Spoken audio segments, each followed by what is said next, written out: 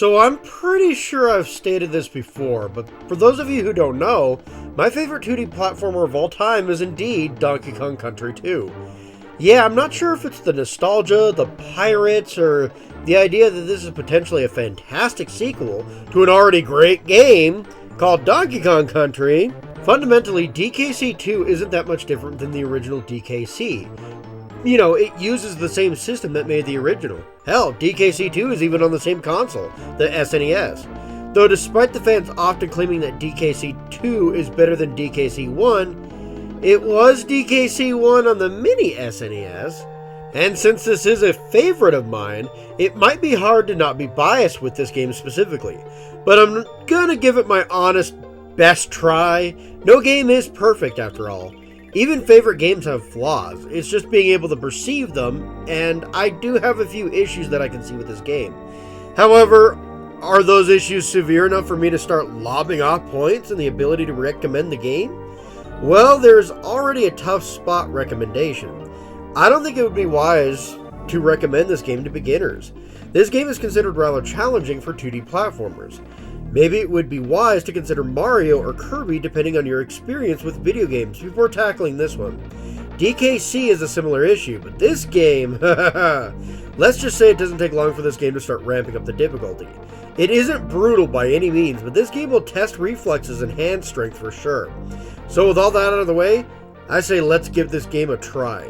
King K. Rool returns, but is a pirate captain this time around for some baffling reason, so let's do this. Let's take on Kaptain K. Rool!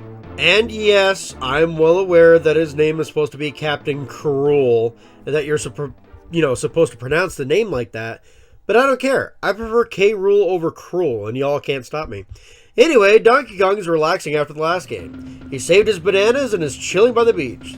Then suddenly, pirates! Okay, King K. Rool was fought on a pirate ship of sorts, so it isn't too awfully shocking. Anyway, Donkey is kidnapped like his name was Pauline.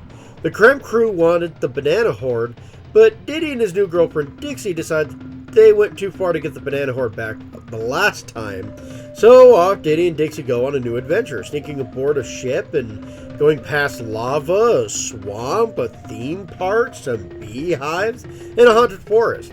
Eventually they find a giant-ass tower and climb it up to find DK, up at the top, only for him to be eventually flown away via airship. One last climb up a bunch of brambles and dealing with K. Rool's bird, and they board the airship. K. Rool is beating the shit out of Donkey Kong at first, but turns his attention towards you. Diddy and Dixie beat up the captain, and Donkey gets loose, uppercutting the croc out of the airship into the ocean. He is then brutally mauled by sharks. Ha ha ha. Unless you happen to get most of the secrets, in which case you open up the Lost World. The volcano in the middle of the Lost World is, this tiny island in the middle of the island that opens up. Yeah, it's confusing. Inside this weird volcano is a dark magic that keeps Creme Island afloat. And when you get there, you find that Captain K. Rool has swam to this place in safety. K. Rool once again fights the Kongs, and after taking him on one last time, he is sent flying into the energy source of the island. The Kongs escape as the island sinks. The writing is perfectly fine to motivate you to save Donkey Kong.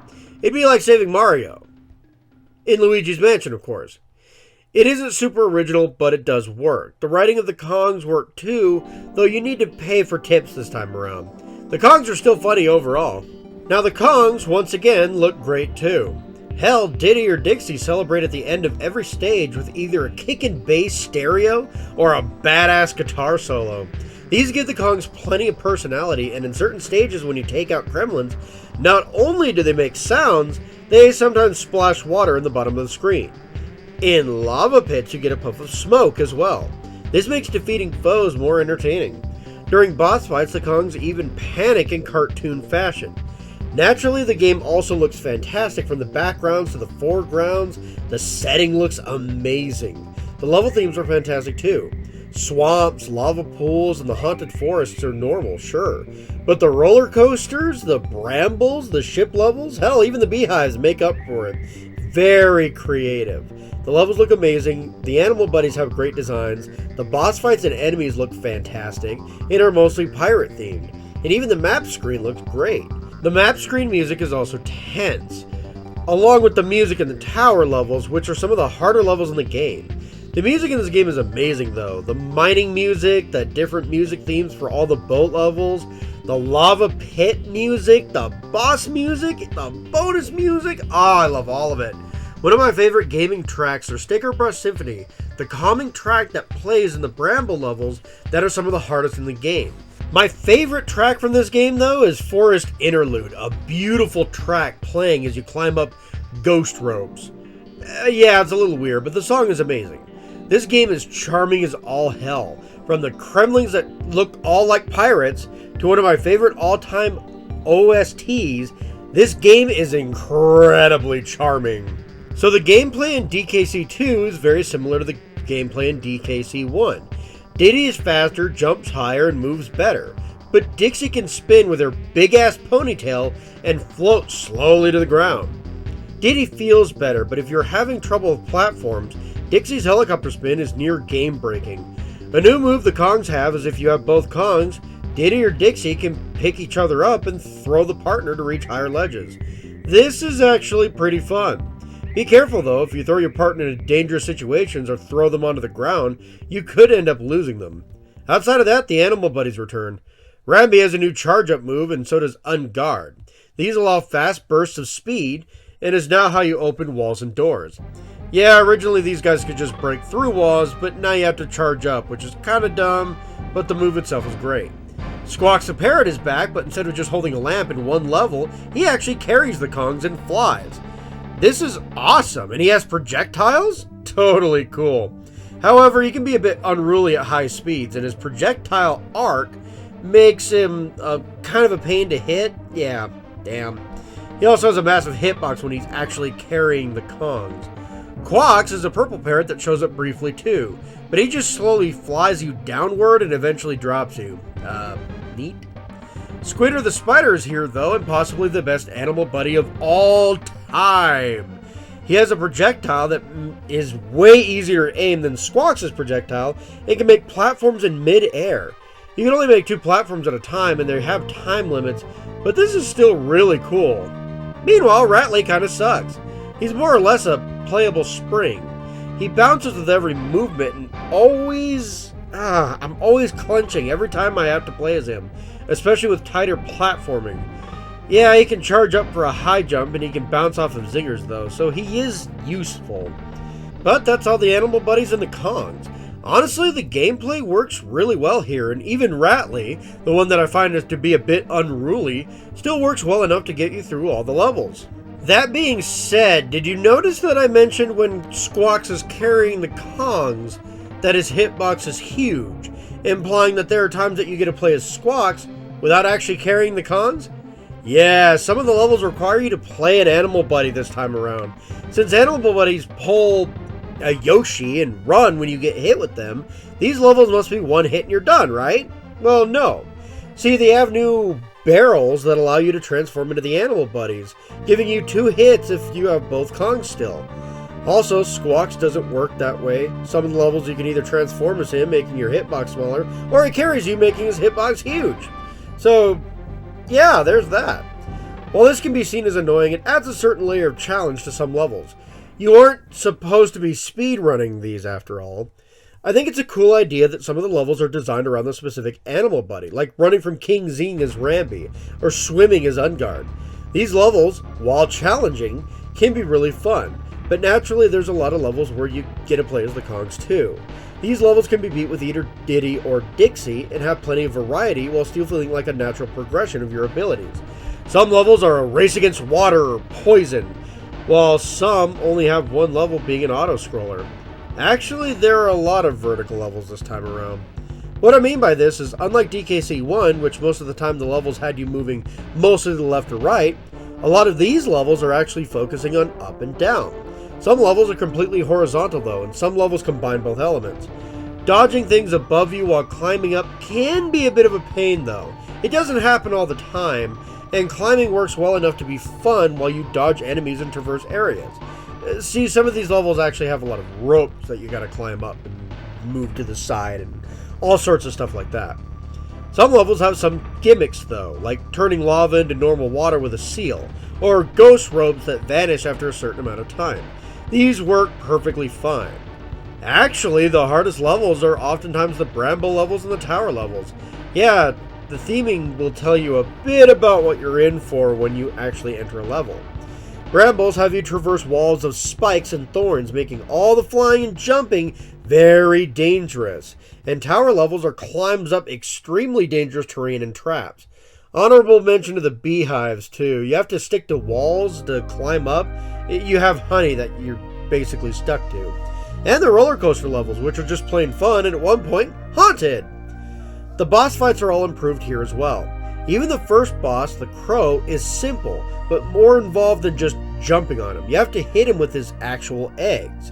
You have a sword that shoots fire, a big clubbed Kremling, King Zing, who you fight as Squawks, and a Ghost Crow. All of these enemies also have 2 phases. Kaptain K. Rool's fight is also fun.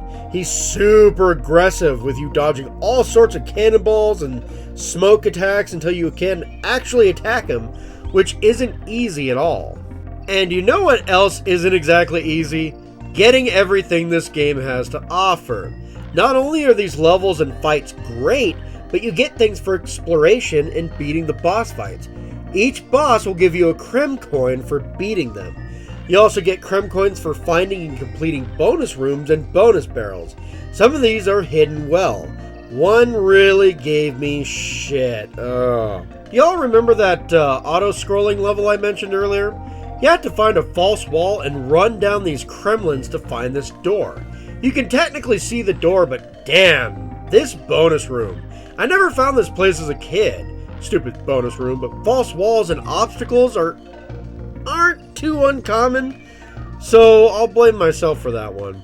Most are marked with a simple banana or showcase something behind the wall to indicate that there's some way past the wall. Same with secret doors this time around. If you use an animal buddy to break a wall or door, there's normally some indication that you're supposed to do it there. Either way, you're collecting Crem coins from all of this. They're important, however, as the hardest levels in the game use them to pay while your ass out. Yeah, find 15 of them or you can't enter the Lost World, a jungle that's somehow in the island itself, and with some of the toughest levels in the game. Beat all of these levels and you end up reaching a center island which is using magic somehow. You can end it all, but this is where K. Rool shows back up. After fighting him again, you defeat him and send him flying into the magic center and sink the entire island for the true ending. You also get a DK coin! Oh boy. DK coins are huge coins hidden in every level. There's one per level and finding them is another experience. Normally they're floating in some hidden area. In one level, and one level alone, the DK coin is hidden in a bonus stage. Not as the final prize for the bonus stage, just some kind of off to the side bullshit for no real reason. Since this is the only DK coin that is hidden like this, if you aren't lucky enough to find it, then you'll be pulling your hair out trying to find it. See, if you get all the bonus barrels in an area, the level name now ends in an exclamation point. If you get the DK coin, it marks it with a DK coin image. I knew I missed this DK coin and never found it until much later. I hate it still. In the lost levels though, you find DK coins as prizes in bonus rooms. And the last DK coin is from beating K. Rool the second time. So what do you get for getting them all? Cranky claims that you're a #1 gaming hero. Basically, DK becomes a better Mario, Yoshi, and Link. Cool, I guess. Yeah, that's a lackluster reward for how out of the way these treasures are. Oh well. The only other thing, of course, is extra life balloons, banana coins, and Kong letters that allow more extra lives. The banana coins can pay for tips, tricks, or the quiz show. The quiz show allows for more extra lives if you can guess the answers correctly. Nice.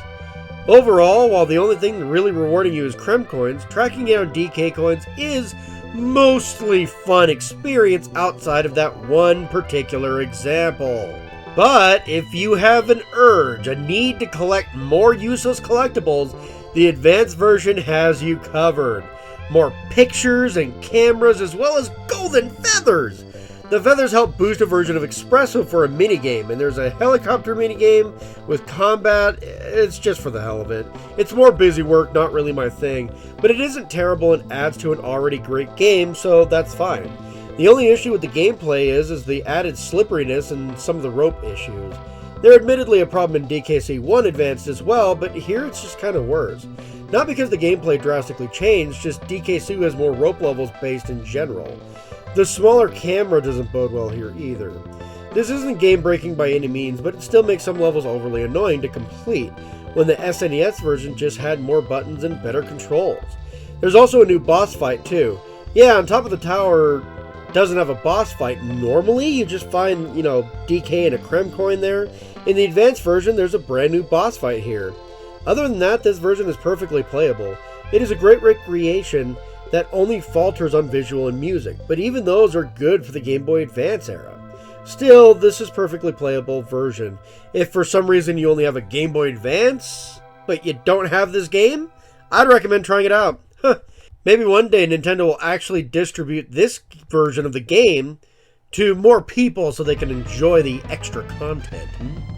Come on, Nintendo. Look, Donkey Kong Country 2 isn't a perfect game. There are some small issues like the one hidden DK coin and controlling Rattly.